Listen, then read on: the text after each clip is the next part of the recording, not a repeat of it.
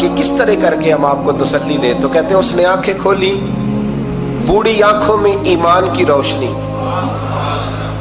کہنے لگا be be کیا تعزیت کی بات کرتی ہو, میں نے کوئی پیسے جمع کرا کے بیٹا لیا تھا, خدا نے فضل سے دیا تھا, عدل سے لے گیا ہے, میں اپنے رب کے فیصلے میں بڑا راضی ہوں. اللہ اکبر. وہ خاتون کہتی ہے کہ وہ بابا جی سے میں نے کہا کہ چلو آپ 1 مہینے کی چھٹی کر لے. تو کہنے لگا نہیں میڈم میں مسلمان ہوں, مفت کی روٹی نہیں کھاتا, مزدوری کر کے کھاتا ہوں, میں انشاءاللہ 2-3 دن کے بعد کام پہ آ جاؤں گا. کہتے ہیں وہ چند دنوں کے بعد آ گیا. اللہ کی قدرت کے ابھی 2-3 ماہ گزرے تھے, پھر آیا. میڈم چھٹی چاہیے کچھ دنوں کی. میں نے کہا خیریت ہے. کہنے لگے وہ میری بہو بھی ہارٹ اٹیک سے فوت ہو گئی. کہتے اب میں بھی تڑپ گئی ہوں اور عیسائی ہو کہ میری آنکھوں میں آنسو آ گئے. میں نے کہا گھر کا دروازہ بند ہو گیا, اب یہ بیچارہ کیا کرے گا. وہ اپنے شوہر کے غم میں ہارٹ اٹیک سے فوت ہو گئی. کہتے ہم پھر 2-3 دن کے بعد تعزیت کے لیے گئے.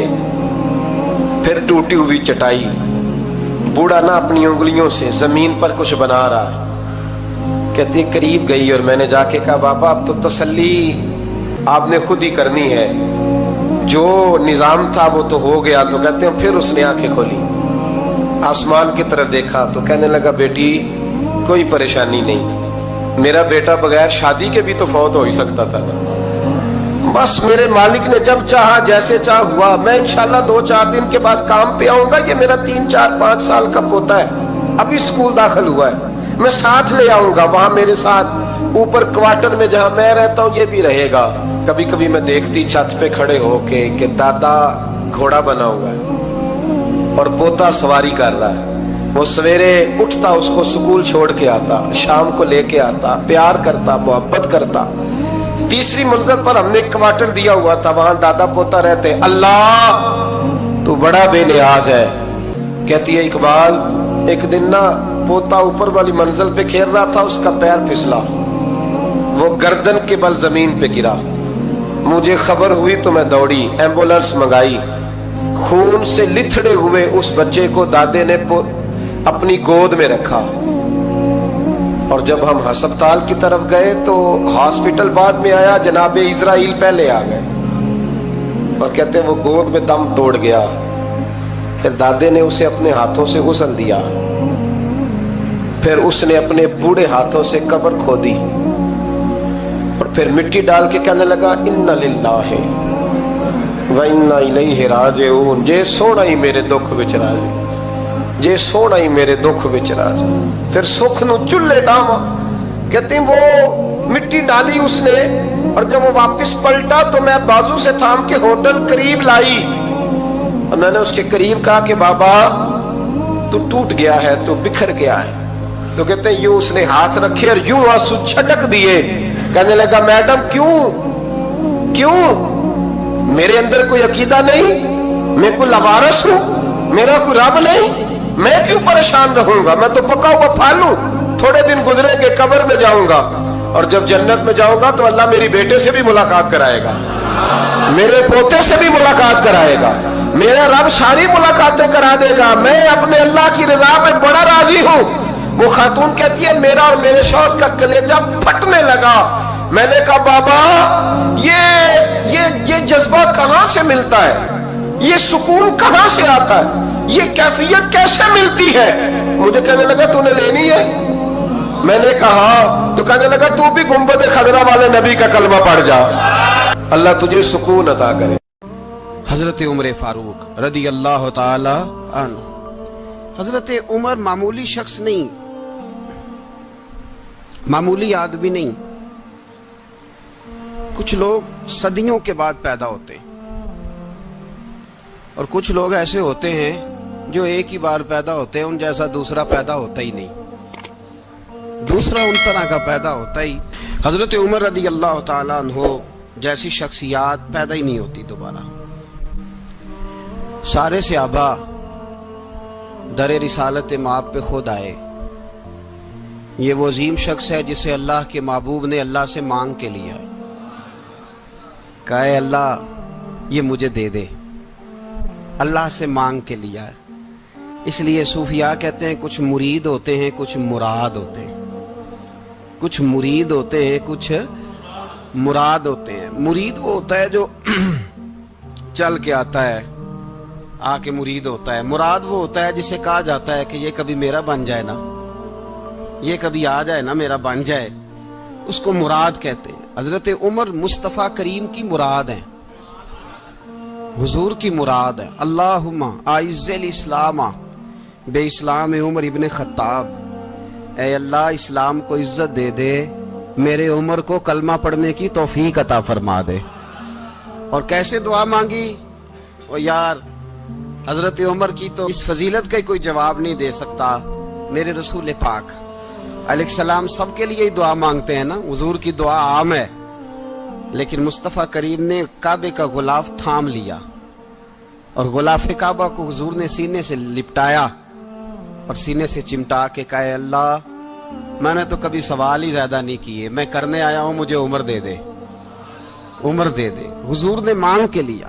اور پھر جب جس کو حضور مانگے اللہ سے کہ حضرت عمر رضی اللہ تعالیٰ عنہ کا آج یوم شہادت ہے، میرا تو دل کرتا تھا کہ فجر سے باتیں شروع ہوں اور سارا دن ہی عمر کی باتیں ہوتی رہیں، سارا دن جناب عمر کی باتیں، سارا دن، اس لیے کہ ذکر جناب عمر کا ہوگا پر راضی اللہ کے رسول ہوں گے صلی اللہ، تو جاگ کے بیٹھے، خوش ہو کے بیٹھے۔